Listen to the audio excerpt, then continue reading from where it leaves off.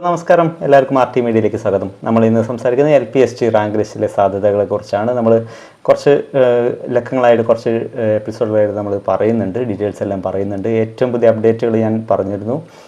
മലപ്പുറത്ത് വന്ന അഡ്വൈസ്, കാസർഗോഡ്, തൃശ്ശൂർ, പത്തനംതിട്ട അഡ്വൈസുകൾ, മറ്റ് ചില ജില്ലകളിൽ പ്രോസസ്സുകൾ നടക്കുന്നുണ്ടെന്നുള്ള കാര്യങ്ങൾ ഞാൻ പറഞ്ഞിരുന്നു. പിന്നെ ഡിവിഷൻ ഫോണിൻ്റെ ഓർഡർ എനിക്ക് അവൈലബിളായ കുറച്ച് ജില്ലകളുടെ ഡീറ്റെയിൽസ് ഞാൻ പറഞ്ഞു തന്നു. പക്ഷേ മറ്റുള്ളത് നിങ്ങൾ പലരും കണ്ടെത്തുന്നില്ല എന്നുള്ളതാണ്, അന്വേഷിക്കുന്നില്ല എന്നുള്ളതാണ്. നിങ്ങൾക്ക് ഗ്രൂപ്പുകളുണ്ട്, നിങ്ങൾക്ക് ആക്റ്റീവായി വർക്ക് ചെയ്താലേ കാര്യങ്ങൾ മുന്നോട്ട് പോകുള്ളൂ. എല്ലാ അപ്ഡേറ്റും എന്നിൽ നിന്ന് കിട്ടണമെന്ന് വിചാരിച്ചാൽ നടക്കില്ല. കാരണം നിങ്ങൾ തന്നെ ഗ്രൂപ്പുകളായിട്ട് വർക്ക് ചെയ്ത് തുടങ്ങേണ്ട സമയം കഴിഞ്ഞു. മെയ് 31 ലിസ്റ്റ് വന്നതാണ്, 2 മാസം ആവാനായി. ഇനിയും പലപ്പോഴും നിങ്ങളുടെ ഗ്രൂപ്പുകളിൽ വേണ്ടത്ര വർക്ക് നടക്കുന്നുണ്ടോ എന്നുള്ള കാര്യത്തിൽ എനിക്ക് സംശയമുണ്ട്. ഡിവിഷൻ ഫാളിൻ്റെ ഡീറ്റെയിൽസ് തന്നെ മലപ്പുറത്തിൻ്റെ 49 എണ്ണം, കാസർഗോഡാണ് കുറച്ച് കൂടുതൽ ഡിവിഷൻ ഫാൾ വന്നിരിക്കുന്നത്. കാസർഗോഡ് പ്രതീക്ഷിച്ചതിന് അപ്പുറത്താണ്. 62 എണ്ണം LPയിൽ നഷ്ടപ്പെട്ടിട്ടുണ്ട്. ഇനി അവിടെ പോസ്റ്റുകൾ ഉണ്ടോ എന്നുള്ള കാര്യത്തിലും ഇപ്പോൾ വേക്കൻ്റായിട്ട് നിൽക്കുന്നുണ്ടോ എന്നുള്ള കാര്യത്തിൽ സംശയമാണ്. ഇനി വരേണ്ടി വരും. അതുപോലെ എറണാകുളത്ത് 30 എണ്ണം, മറ്റ് കോഴിക്കോട്, കണ്ണൂരൊക്കെ ഇറങ്ങാൻ പോകുന്നതേ ഉള്ളൂ, ഈ മാസം ഇറങ്ങും. കോട്ടയത്ത് ഞാൻ അന്വേഷിച്ചിരുന്നു. കോട്ടയത്ത് ഡിവിഷൻ ഫാളിൻ്റെ പ്രശ്നം ഉണ്ടോ എന്നുള്ള കാര്യത്തിൽ, എണ്ണത്തിൻ്റെ കാര്യത്തിൽ വന്നിട്ടില്ല എന്ന് തോന്നുന്നു. മറ്റ് ജില്ലകളിലൊക്കെ ഓർഡറുകൾ വരുന്നുണ്ട്, പ്രോസസ്സിലാണ്, നടക്കുന്നുണ്ട്. നിങ്ങൾ അന്വേഷിക്കണം. ഞാനതിൻ്റെ ഇങ്ങനൊരു സാധ്യതയുണ്ട്, ഇങ്ങനൊരു ലിസ്റ്റ് വരുന്നുണ്ട് എന്നുള്ള കാര്യം മാത്രമേ ഞാൻ പറയുന്നുള്ളൂ. ബാക്കിയുള്ള കാര്യങ്ങൾ നിങ്ങൾ അന്വേഷിക്കണം. കാരണം എനിക്ക് അപ്ഡേറ്റ് കിട്ടാനുള്ള സോഴ്സുകളുണ്ട്. പല സുഹൃത്തുക്കളും പല സ്ഥലത്തായിട്ടുണ്ട്. അവർ തരുമ്പോൾ ഞാൻ അപ്ഡേറ്റ് കിട്ടുമ്പോൾ ഞാനും പറയാം കേട്ടോ. അപ്പോൾ മറ്റു കാര്യങ്ങളിലേക്ക് ഞാൻ കിടക്കുന്നില്ല.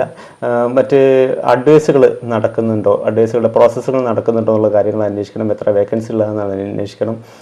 ഞാൻ കഴിഞ്ഞ ദിവസം ഞാൻ പറഞ്ഞിരുന്നു, കോഴിക്കോട് മാസം ആദ്യം പ്രോസസ്സ് നടക്കുന്നുണ്ടെന്ന് ഞാൻ പറഞ്ഞിരുന്നു. പക്ഷേ അത് എന്നെ അത്ഭുതപ്പെടുത്തിക്കൊണ്ട് 14-ാം തീയതി വെബ്സൈറ്റിൽ അപ്ഡേറ്റ് ആയത്. കഴിഞ്ഞ ലിസ്റ്റിൽ നിന്നാണ് അഡ്വൈസ് വന്നിരിക്കുന്നത്. അതായത് അപ്പം മനസ്സിലാക്കണം, കഴിഞ്ഞ ലിസ്റ്റിൽ നിന്നുള്ള അഡ്വൈസ് ഈ ജൂലൈയിൽ വരെ, മെയ് 30 അവസാനിച്ച ലിസ്റ്റാണ് എങ്കിൽ പോലും ജൂലൈ വരെ ആ ലിസ്റ്റിൽ അഡ്വൈസിൻ്റെ പ്രോസസ്സുകൾ നടന്നിട്ടുണ്ട്. പുതിയ ലിസ്റ്റിൽ നിന്നല്ല ആയിരുന്നത് എന്നുള്ളത് എന്നെ അത്ഭുതപ്പെടുത്തി. കാരണം ഞാൻ വിചാരിച്ചിരുന്ന പുതിയ പ്രോസസ്സ് നടക്കുന്നുണ്ട് സാറേ എന്ന് പറഞ്ഞപ്പോൾ ഞാൻ വിചാരിച്ചു പുതിയ ലിസ്റ്റിൽ നിന്നായിരിക്കും എന്നുള്ളത്. പക്ഷേ അല്ല, പഴയ ലിസ്റ്റിൽ നിന്നായിരുന്നു. ഇനിയും വേക്കൻസികൾ വരണം. ഇനി നമ്മൾ കുറച്ച് ജില്ലകളുടെ കാര്യങ്ങൾ ഞാൻ പെൻഡിങ് പറഞ്ഞിരുന്നു. ഇടുക്കിയുടെ ഞാൻ ചെയ്തു വെച്ചിട്ടുണ്ട്, അധികം വൈകാതെ ഞാൻ ഇടുക്കിയാണ് ഇതുവരെ ഒന്നും ചെയ്യാത്തത്. മറ്റ് എറണാകുളത്തിൻ്റെ കാര്യങ്ങളാണ്. എറണാകുളത്ത് കുറച്ച് കാര്യങ്ങൾ 1-2 കാറ്റഗറി ഞാൻ പെൻഡിങ്ങിൽ വെച്ചിരുന്നു. അതിൻ്റെ കാര്യങ്ങൾ വെച്ചങ്ങ് തുടങ്ങാം. പിന്നെ 1-2 ജില്ലയും കൂടി ഇന്ന് എടുക്കാം. എറണാകുളത്ത് ഇനി ചെയ്യാനുള്ളതാകെ SC ST ഞാൻ പറഞ്ഞു, SCയുടെ സാധ്യതകൾ ഞാൻ പറഞ്ഞു, ഓപ്പൺ കോമ്പറ്റീഷൻ, ഈഴവ, EWC എല്ലാം പറഞ്ഞു. ഇനി മുസ്ലിം കാറ്റഗറി മാത്രമേ അതിൽ ചേഞ്ച്, ഞാൻ മുമ്പ് പറഞ്ഞതിന് മാറ്റം ഉണ്ടെങ്കിൽ തന്നെ മുസ്ലിം കാറ്റഗറിയിലേ ഉള്ളൂ. മുസ്ലിം കാറ്റഗറിയിൽ ഞാൻ നേരത്തെ പറഞ്ഞ പോലെ എറണാകുളത്ത് LCO റാങ്കുകൾ എന്തിൽ 12 ടേണാണ്. നമുക്ക് 29 ടേൺ NC ഉണ്ടെങ്കിലും 12 ടേൺ എഫക്റ്റ് വരുന്നുള്ളൂ. കാരണം 300 അഡ്വൈസാണ് നമ്മൾ കണക്കാക്കിയതെങ്കിൽ, കഴിഞ്ഞ 300 അഡ്വൈസിന് സാധ്യതയെ എറണാകുളത്ത് പലപ്പോഴും പറയുന്നുള്ളൂ. 300 അഡ്വൈസിന് സാധ്യത വരുമ്പോൾ ഓരോ 100-ലും 4 LCO റാങ്കുകളും വരുമ്പോൾ അങ്ങനെ 4 × 4 = 12 എണ്ണം വരും. 12 എണ്ണത്തിൽ മുസ്ലിമിന് കിട്ടാനുള്ളത് 4 എണ്ണം, മുസ്ലിമിന് 4 എണ്ണം കിട്ടാനുണ്ട്. അങ്ങനെ വരുമ്പോൾ 29 ടേൺ ഉണ്ടെങ്കിലും അതിൽ 4 എണ്ണം എഫക്റ്റ് വരുന്നുള്ളൂ. ആദ്യത്തെ ടേൺ STക്കും രണ്ടാമത്തത് മുസ്ലിമിനുമാണ് വരുന്നത്. അപ്പോൾ അങ്ങനെ മുസ്ലിം, പിന്നെ ഒരു TPO ഉണ്ട് മുസ്ലിമിന്. അങ്ങനെ വരുമ്പോൾ എത്രയാണ് സാധ്യത എന്നുള്ളത് ആദ്യം നമ്മൾ കണക്കാക്കുന്നത്. ആദ്യത്തെ 100 റാങ്കിൽ 23 പേര് മുസ്ലിമുണ്ട്. അടുത്ത 100 റാങ്കിലും 23 പേര് മുസ്ലിങ്ങൾ കാറ്റഗറിയിൽ നിന്നുള്ള ആൾക്കാരുണ്ട്. സെക്കൻഡ് റാങ്ക് മുസ്ലിം ആണ്, അത് ഓപ്പൺ കോമ്പറ്റീഷനിലായിരിക്കും പോകുന്നത്. 3rd റാങ്ക് ഉണ്ട്. ഇങ്ങനെ നോക്കിയപ്പോൾ സപ്ലിമെൻ്ററി ലിസ്റ്റ് 1-ാം റാങ്ക് വരെ മുസ്ലിം കാറ്റഗറിയിൽ നിന്ന് നിയമനത്തിലുള്ള സാധ്യത കാണുന്നുണ്ട്. സപ്ലിമെൻ്ററി ലിസ്റ്റ് 1-ാം റാങ്ക് വരെ മുസ്ലിമിനുള്ള സാധ്യത കാണുന്നുണ്ട്. LCO റാങ്കുകളും ഇന്ത്യൻ ഓപ്പൺ കോമ്പറ്റീഷനിലായിരിക്കും എന്നുള്ളതും കൂടി മനസ്സിലാക്കുക. മറ്റ് കാറ്റഗറിയൊക്കെ ഞാൻ മുമ്പ് പറഞ്ഞിരുന്ന വലിയ മാറ്റങ്ങളൊന്നും ഇല്ല. NCയെ പരിഗണിക്കുമ്പോൾ വലിയ മാറ്റങ്ങളൊന്നും അതിൽ വരുന്നില്ല. അതുകൊണ്ട് മുസ്ലിം കാറ്റഗറി കുറച്ചും കൂടി നിയമനം ലഭിക്കാനുള്ള സാധ്യത കാണുന്നുണ്ട്. സപ്ലിമെൻ്ററി ലിസ്റ്റ് 1-ാം റാങ്ക് വരെ വരാനുള്ള സാധ്യതയുണ്ട്. NCയെ പരിഗണിച്ച് നോക്കുമ്പോൾ, NCയുടെ കാര്യങ്ങളും TPOയും പരിഗണിച്ച് നോക്കുമ്പോൾ അങ്ങനെ വരുന്നുണ്ട്.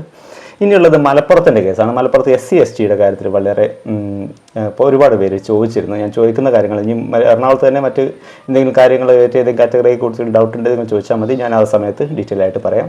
മലപ്പുറത്താണ് SC ST കാറ്റഗറിയിൽ കുറേ പേര് ചോദിച്ചിരുന്നു. മലപ്പുറത്ത് ഞാൻ അപേക്ഷിക്കുന്ന സമയത്ത് തന്നെ എന്നോട് അന്ന് എൻ്റെ കണക്ഷനുള്ള പലരോടും ചോദിച്ചപ്പോൾ ഞാൻ പറഞ്ഞു, SC കാറ്റഗറിയിലുള്ളവർ മെയിൻ ലിസ്റ്റിൽ നല്ല റാങ്കിൽ കയറുന്നവർ മാത്രമേ അപ്ലൈ ചെയ്യാവൂ, അല്ലാത്തവർക്ക് NC ഉണ്ട്. 85 ടേൺ ഉണ്ട്.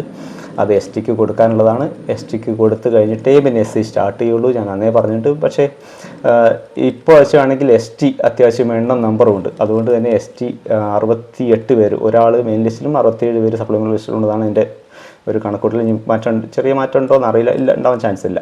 ഒരാൾ മെയിൻ ലിസ്റ്റിലും ഒരാളുള്ളത് 1416 റാങ്കാണ് തോന്നുന്നു, അത് റാങ്ക് ഉള്ളതും. പിന്നെ STയിൽ 67 പേര് സപ്ലിമെൻ്ററി ലിസ്റ്റിലും, അങ്ങനെ 68 പേരുണ്ട്. അതിൽ ഈ 68 പേരെയും എടുത്തു കഴിഞ്ഞിട്ട് പിന്നെ SCയുടെ ടേൺ സ്റ്റാർട്ട് ചെയ്യുള്ളൂ. അതിലൊരു സംശയം വേണ്ട ആ കാര്യത്തിൽ. അതിൽ TPO ഉണ്ട്. ഇപ്പോൾ ഫസ്റ്റ് അഡ്വൈസ് പോയല്ലോ, ഫസ്റ്റ് അഡ്വൈസ് പോയതുകൊണ്ട് ഒരു കാര്യങ്ങളെല്ലാം ക്ലിയർ ആണ്. ഫസ്റ്റ് TPO ഉണ്ട്, OBC ഉണ്ട്, EBT ഉണ്ട്, ST, മുസ്ലിം, SCCC ടേണുകളുണ്ട്. TPO ഉണ്ട്. അതിൽ ഒരു ST വരുന്നുണ്ട്, മൂന്നാമത്തത് ST ആണ്. ഇനി അത് മാറ്റിവെച്ചത്, TPO മാറ്റിവെച്ചത് 44 റൊട്ടേഷനിലുള്ള STയുടെ ഇതാണ്. അതുകൊണ്ട് SCക്ക് അതൊരു ലാഭം കിട്ടും. കാരണം STയുടെ ടേണിൽ തന്നെയാണ് അത് ആ TPO വരുന്നത്. അത് STയുടെ ആളെ തന്നെ എടുക്കും. അപ്പോൾ മൊത്തം ബാക്കി 67 പേരെയും എടുക്കും. അത് മെയിൻ ലിസ്റ്റിലുള്ള ആളും ആണ് പോകുന്നത്. ആദ്യം TPOയിൽ പോകും. പിന്നെ ഉള്ളത് 67 ടേണും സപ്ലിമെൻ്ററി ലിസ്റ്റിലാണ് വരുന്നത്. അതുകൊണ്ട് തന്നെ അതാത് ടേണിൽ തന്നെ പോകുള്ളൂ. അത് ഓപ്പൺ കോമ്പറ്റീഷനിൽ കയറില്ല. മെയിൻ ലിസ്റ്റിലാണെങ്കിൽ ഓപ്പൺ കോമ്പറ്റീഷനിൽ കയറിപ്പോയനെ. ST ഉള്ളതെല്ലാം സപ്ലിമെൻ്ററി ലിസ്റ്റിലാണ്. ബാക്കിയുള്ള 67 പേരും. ഈ 67 പേരെയും SCയുടെ ടേണുകളിൽ കയറും, STയുടെ ടേണിലും കയറും. ഓക്കെ, അങ്ങനെ വരുമ്പോൾ ഏതാണ്ട് നോക്കുമ്പോൾ SC റാങ്കിൽ ഉള്ളവർ കുറച്ച് പേര് ഓപ്പൺ കോമ്പറ്റീഷനിൽ കയറും. അത് 157 റാങ്ക്, 173, 175, 180, 225, 274, 289, 341, 342, 396, 417 വരെ ഓപ്പൺ കോമ്പറ്റീഷനിൽ കയറും. ഇതിലെന്തെങ്കിലും മാറ്റം വരുന്നുണ്ടെങ്കിൽ നമുക്കറിയാം. ഏതെങ്കിലും NJD വരുമ്പോൾ, TPO വരുമ്പോൾ ഒക്കെ ചെറിയ ചെറിയ മാറ്റങ്ങൾ വരാം. ബാക്കിയുള്ള എല്ലാം ഇതിൽ തന്നെയാണ് വരിക. അങ്ങനെ ഇത്രയും ഓപ്പൺ കോമ്പറ്റീഷനിൽ കയറും. അതിന് ശേഷമായിരിക്കും SCയുടെ ടേൺ തുടങ്ങുക. അതിലൊരു ഗുണമുള്ളത്, പിന്നെ ST തീർന്നല്ലോ, ST തീർന്നു കഴിഞ്ഞാൽ പിന്നെ STയുടെ ടേൺ ഉണ്ട് 44, 92. ആ ടേണുകളിൽ SC എടുക്കും. അതും അടുത്ത ലിസ്റ്റിൽ NCA ആയിട്ട് വരുന്നു മാത്രം. അത് നമ്മൾ ഈ ലിസ്റ്റിലുള്ളവരെ അത് ബാധിക്കില്ല. ആ STയുടെ ടേണും കൂടി, അതുകൊണ്ട് അടുത്ത 100 ആളെടുക്കുമ്പോൾ 10 ആളെയും കൂടി കയറും. ഓക്കെ, അങ്ങനെ വരുമ്പോൾ ഏതാണ്ട് ഞാൻ കണക്കിലാക്കി നോക്കുമ്പോൾ 800 അഡ്വൈസാണ് വരുന്നതെങ്കിൽ, ഞാൻ മലപ്പുറത്ത് ഒരു വേസ്റ്റ് സാധ്യത ഞാൻ പറഞ്ഞിരുന്നു, മലപ്പുറത്ത് നിന്നും കുറയുകയാണെങ്കിൽ, പക്ഷേ അത്ര കുറയാൻ ചാൻസ് ഇല്ല. 49 എണ്ണമാണ് ഇപ്പോൾ ഡിവിഷൻ ഫാളിൽ വന്നിരിക്കുന്നത്. 49 എണ്ണം എന്നുള്ളത് മലപ്പുറത്തെ സംബന്ധിച്ച് നമ്മൾ പ്രതീക്ഷിച്ച അത്ര വന്നില്ല എന്ന് തന്നെ പറയാം. കൂടുതൽ വർക്ക് ചെയ്ത് കഴിഞ്ഞാൽ, കൂടുതൽ കാര്യങ്ങൾ ചെയ്ത് കഴിഞ്ഞാൽ, ഇപ്പോൾ പലപ്പോഴും സംഭവിക്കുന്നത് എന്താണെന്ന് വെച്ചാൽ, മലപ്പുറത്തായാലും മറ്റ് ജില്ലകളിലായാലും ചെറിയ കുട്ടികളെ അങ്ങ് പ്രൈവറ്റ് സ്ഥാപനത്തിൽ, പ്രൈവറ്റ് സ്കൂളിലേക്ക് ചേർക്കണം, CBSE ചേർക്കണം, എന്നാൽ അവിടുന്ന് ഇംഗ്ലീഷ് പഠിപ്പിച്ചാലേ അങ്ങ് ശരിയാവുള്ളൂ എന്നൊരു തോന്നൽ വന്നിട്ട് കുറേ കുട്ടികൾ ചെറുപ്പത്തിൽ അങ്ങ് LP സ്കൂളിലെ കുട്ടികളെ LP സ്കൂളിൽ LKG UKG ഒക്കെ ചേർത്ത് അങ്ങ് CBSE സിലബസിൽ അങ്ങ് ചേർത്തും.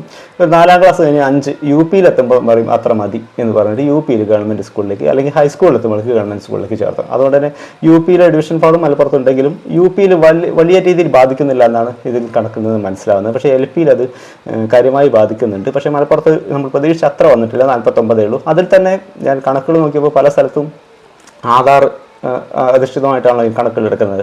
6ാം പ്രവൃത്തി ദിവസത്തിൽ ജൂൺ 10നോ ജൂൺ 6നോ കണക്കിലെടുത്തു.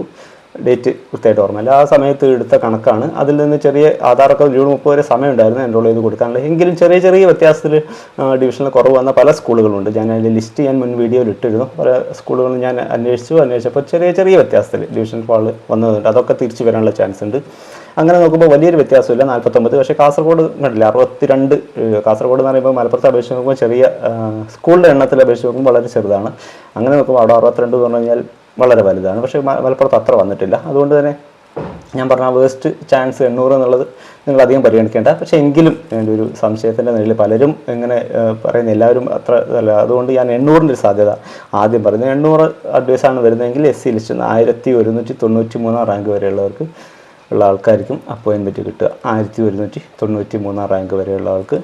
പിന്നെ 1000 അഡ്വൈസ് വരികയാണെങ്കിൽ സപ്ലിമെൻ്ററി ലിസ്റ്റ് 5ഉം 1200. കഴിഞ്ഞ തവണത്തെ 1200 റേഞ്ചാണല്ലോ വന്നത് അഡ്വൈസ് വന്നത്. ആ റേഞ്ചിലേക്ക് വന്നാണ് സപ്ലിമെൻ്ററി ലിസ്റ്റ് 25 വരെയും പോകാനുള്ള സാധ്യതയുണ്ട്. ഇത്രയാണ് നിങ്ങൾ അസസ്മെൻറ്റ് SCയുടെ അസസ്മെൻറ്റിൽ അന്ന് പറഞ്ഞ പലർക്കും ഡൗട്ട് ഉണ്ടായിരുന്നു. SCയുടെ ഇനി മറ്റേതെങ്കിലും ജില്ലയിൽ ഇങ്ങനെ ഏതെങ്കിലും കാറ്റഗറിയിൽ എന്തെങ്കിലും ഡൗട്ട് ഉണ്ടെങ്കിൽ കാസർഗോഡിന് ഞാൻ ചെയ്യാൻ പറഞ്ഞിട്ടുണ്ട്. കാസർഗോഡിൻ്റെ അടുത്ത് ഞാൻ ചെയ്യും.